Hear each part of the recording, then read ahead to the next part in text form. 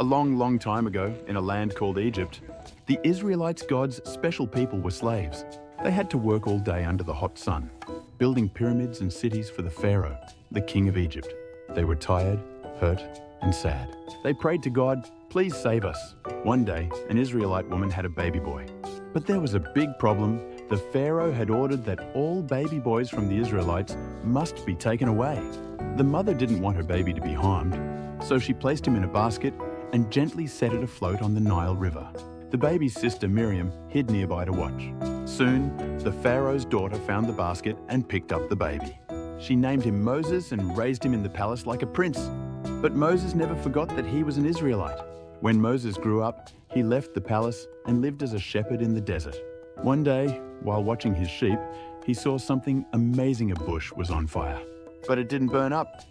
Then he heard a voice. "Moses, I am God. Go to Pharaoh and tell him, 'Let my people go.'"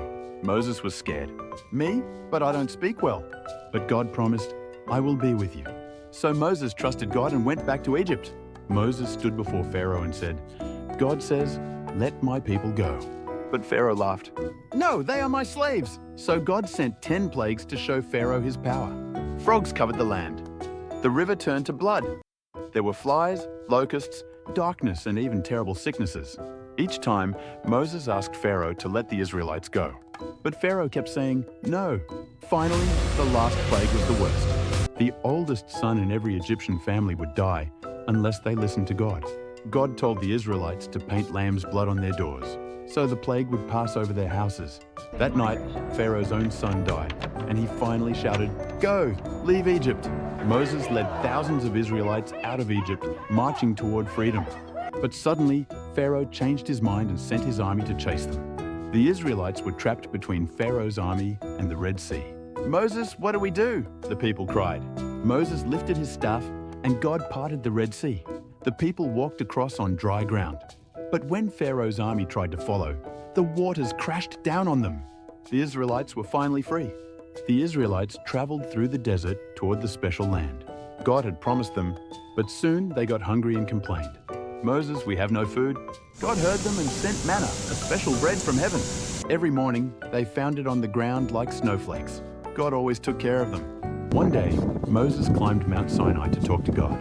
There, God gave him 10 commandments. Important rules for the people to follow. Love God. Don't steal. Don't lie. Obey your parents. The Israelites promised to obey God and follow his way. Even though the journey was long and hard, God never left his people. He guided them with a pillar of cloud by day and fire by night. He provided food, water, and protection.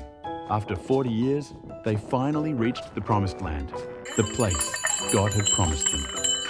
Moses led them to the edge, and their great journey was complete. The story of Exodus teaches us that God always keeps his promises. No matter how hard life gets, he is always there to lead and help us, just like he did for Moses and the Israelites.